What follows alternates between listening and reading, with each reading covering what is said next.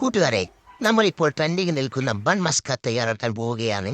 അതിന് എന്തെല്ലാം സാധനങ്ങളാണ് വേണ്ടതെന്ന് പറഞ്ഞു തരാം. ബണ്ണ് വേണം, അതെന്തായാലും വേണമല്ലോ.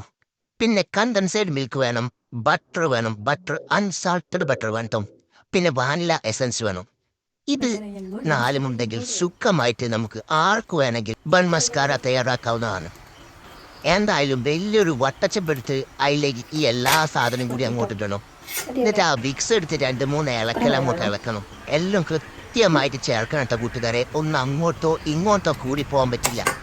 അങ്ങനെ ആ ബിസ്കറ്റ് 4-5 ഇളക്കൽ അങ്ങോട്ട് ഇളക്കുമ്പോഴത്തേ സാധനം റെഡിയാവും കൂട്ടുകാരെ. ഒരു മൂടി തുറക്കാനുള്ള ആരോഗ്യം അവൾക്കില്ല. എന്താ ചെയ്യുക, അതിനെല്ലാം നമ്മൾ തന്നെ വേണം.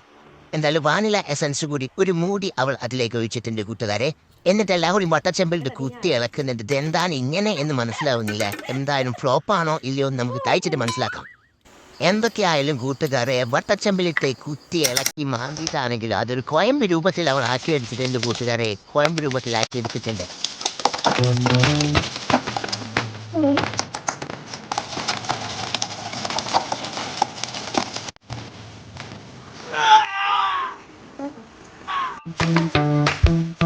ഇനി നമ്മൾ ചെയ്യാൻ പോകുന്നത്, നമ്മൾ വാങ്ങി വെച്ച ബണ്ണെടുത്ത് നടു ചീന്തി ഒന്ന് വാട്ടിയെടുക്കണം കൂട്ടുകാരെ. നെയ്യിലിട്ട് വാട്ടിയെടുക്കണം കൂട്ടുകാരെ.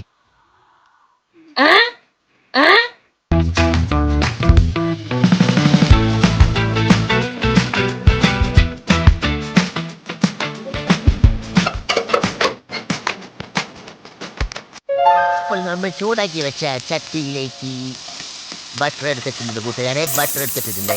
ഈ ആ ബട്ടറിലാണ് നമ്മൾ ആ ബന്ന് പൊരിച്ചെടുക്കുന്നത് കൂട്ടുകാരെ. അപ്പം ബട്ടറെല്ലാം റെഡി ആയിട്ടുണ്ട്. ഇനി നമ്മൾ അതിലേക്ക് ബന്ന് വെച്ച് പൊരിക്കുകയാണ്. അങ്ങനെ 4 ബന്നാണ് നമ്മളെ കൂട്ടുകാരെ വെക്കുന്നത്. 4 ബന്നാണ് നമ്മൾ വെക്കുന്നത്.